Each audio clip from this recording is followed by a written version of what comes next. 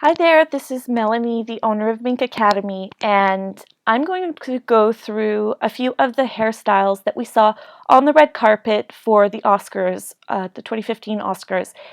And there were a lot of fantastic hairstyles and a lot that I think are going to translate really well into bridal, and that I think that you should take a look at and practice achieving those looks, because I can assure you you're going to get a lot of requests for these kinds of styles from brides this year.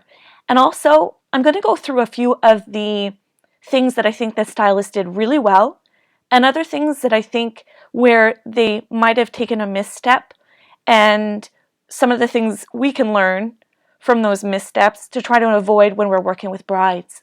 So this is Zoe Saldana.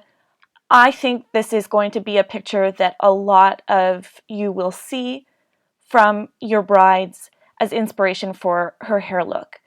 This is actually really reminiscent of a picture that we used to see all the time of Jessica Alba, and brides were in love with it. I think that you've got a lot of great texture and just a few little perfect tendrils and pieces that are out, really a good curl and wave that's soft. The only thing is that a lot of times it's hard for people to pull off a center part, so you may want to consider parting the hair a little bit differently. But this is a gorgeous look that I think that you're going to it'll be a good idea to practice doing something like this. Now, this is a picture that I think shows a similar attempt to what we just saw on Zoe Saldana, with this kind of wavy, curly texture on the crown. I actually think this looks a little too bridal for her and needs to be a little bit softened. And in fact, that's what the stylist did in the end. If you see here, this is later on, and he dialed down the amount of curl that he had on her crown and smoothed it out a little bit, and I actually think that that looks better.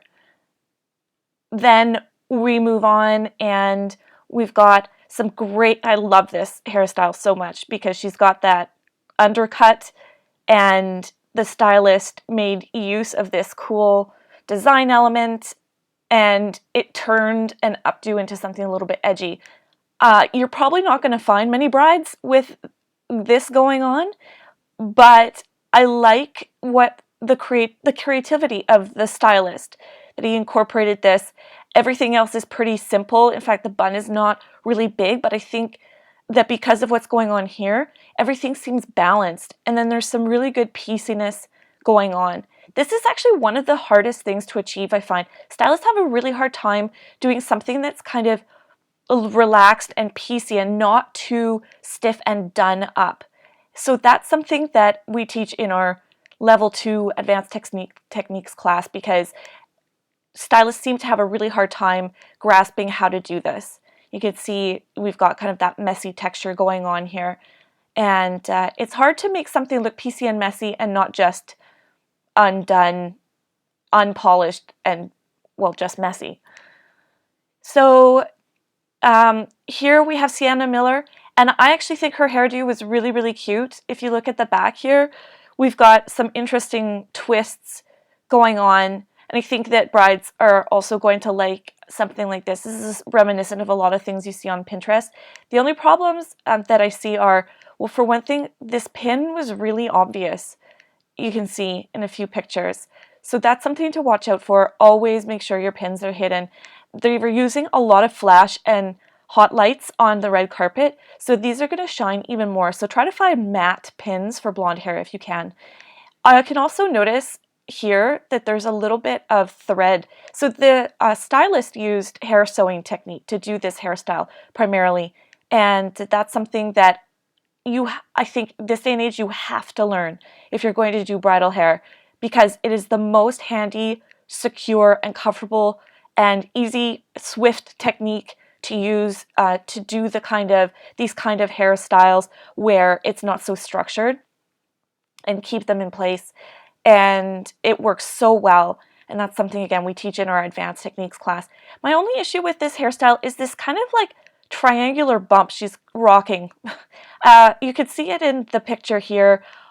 In my opinion, I think that that should have been something the stylist caught and addressed. And this is why you want to take a look at your hairstyle from all angles. Don't just be stuck at the back of the bride's head working. Really what matters the most is what's going on at the front of her head. So this is something that you'd want to watch out for. And then we get into our retro looks, and Amy Adams is rocking one that I think was perfectly done for taking a vintage inspiration, vintage wave inspiration, and turning it into something a little bit more modern.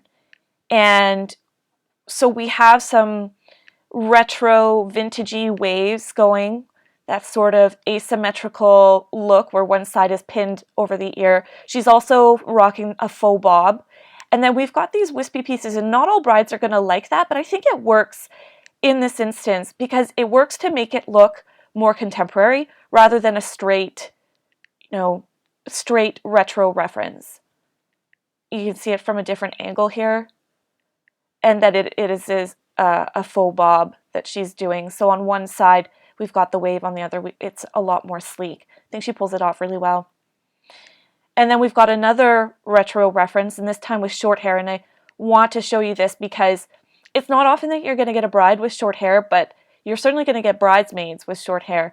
And so putting kind of this retro wave again at the front is a way to make short hair stand out and to do something unique with it.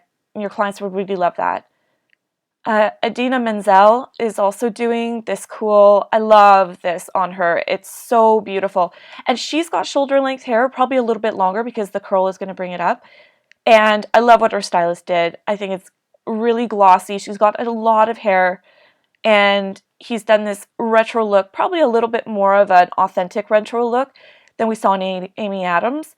But I know that tons of our brides are asking for curls like this soft kind of 40s curl that is brushed out and is the sort of thing that you really need to learn. These brides are asking for this a lot. And then finally we have Emma Stone, and she has a look very similar to Amy Adams with this asymmetrical sort of, not really a faux bob, it's really less of a faux bob, just an asymmetrical look. And I love this because I found a picture of her getting her hair done.